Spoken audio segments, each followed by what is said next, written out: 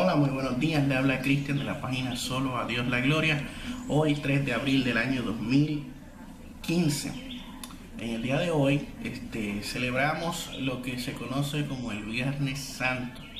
En el día de hoy todas las denominaciones cristianas alrededor del mundo celebran la muerte y resurrección de nuestro Señor Jesucristo por los pecados de su pueblo. Me gustaría citar al profeta Isaías, que hizo una profecía en el capítulo 53 de su libro en el Antiguo Testamento, relacionada con nuestro Señor Jesucristo, al que él describe como el siervo sufriente. Y dice así la palabra de Dios: ¿Quién ha creído a nuestro anuncio? Y sobre quién se ha manifestado todo el brazo de Jehová. Subirá cual renuevo delante de él, y como raíz de tierra seca, no hay parecer en él, ni hermosura. Le veremos, mas inatractivo para que le deseemos. Despreciado y desechado entre los hombres, varón de dolores, experimentado en quebranto, y como que escondimos de él el rostro, fue menospreciado, y no lo estimamos. Ciertamente llevó él nuestras enfermedades y sufrió nuestros dolores, y nosotros le tuvimos por azotado, por herido de Dios y abatido. Mas él herido fue por nuestras rebeliones, molido por nuestros pecados. El castigo de nuestra paz fue sobre él, y por su llaga fuimos nosotros curados. Todos nos descarriamos como ovejas, cada cual se apartó por su camino, mas Jehová cargó en él el pecado de todos nosotros. Angustiado él y afligido, no abrió su boca, como cordero que fue llevado al matadero, y como oveja delante de sus trasquiladores, enmudeció y no abrió su boca. Por cárcel y por juicio fue quitado, y su generación, ¿quién la contará? Porque fue cortado de la tierra de los vivientes. Por la rebelión de mi pueblo fue herido, y se dispuso con los impíos su sepultura. Mas con los ricos fue su muerte, aunque nunca hizo maldad ni hubo engaño en su boca. Con todo eso Jehová quiso quebrantarlo, sujetándole a padecimientos. Cuando haya puesto su vida en expiación por el pecado, verá linaje, vivirá largos días, y la voluntad de Jehová será en su mano prosperada. Verá el fruto de la aflicción de su alma, y quedará satisfecho por su conocimiento. Justificará a mi siervo justo a muchos, y llevará las iniquidades de ellos. Por tanto, yo le daré parte con los grandes y con los fuertes. Repartirá despojos, por cuanto derramó su vida hasta la muerte, y fue contado con los pecadores, habiendo él llevado el pecado de muchos y orado por los transgresores.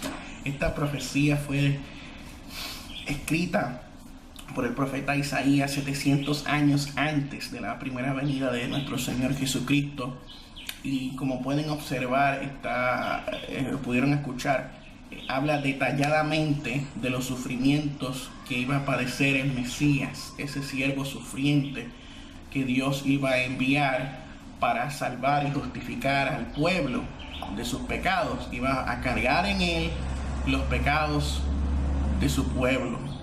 Y es precisamente lo que nos dice el apóstol Pedro en su primera carta, en el capítulo 3, versículo 18, dice: porque también Cristo padeció una sola vez por los pecados, el justo por los injustos, para llevarnos a Dios el Padre, siendo a la verdad muerto en la carne, pero vivificado en el Espíritu. Vemos también como dice la palabra de Dios en Romanos capítulo 3, 24 al 25, escrito por el apóstol Pablo: siendo justificados gratuitamente por su gracia mediante la redención que es en Cristo Jesús, a quien Dios puso como propiciación. O sea, puso a Jesús como aquel que iba a aplacar la ira de Dios que estaba sobre nosotros, Él vino a morir en nuestro lugar. Y dice, a quien Dios puso como propiciación por medio de la fe en su sangre.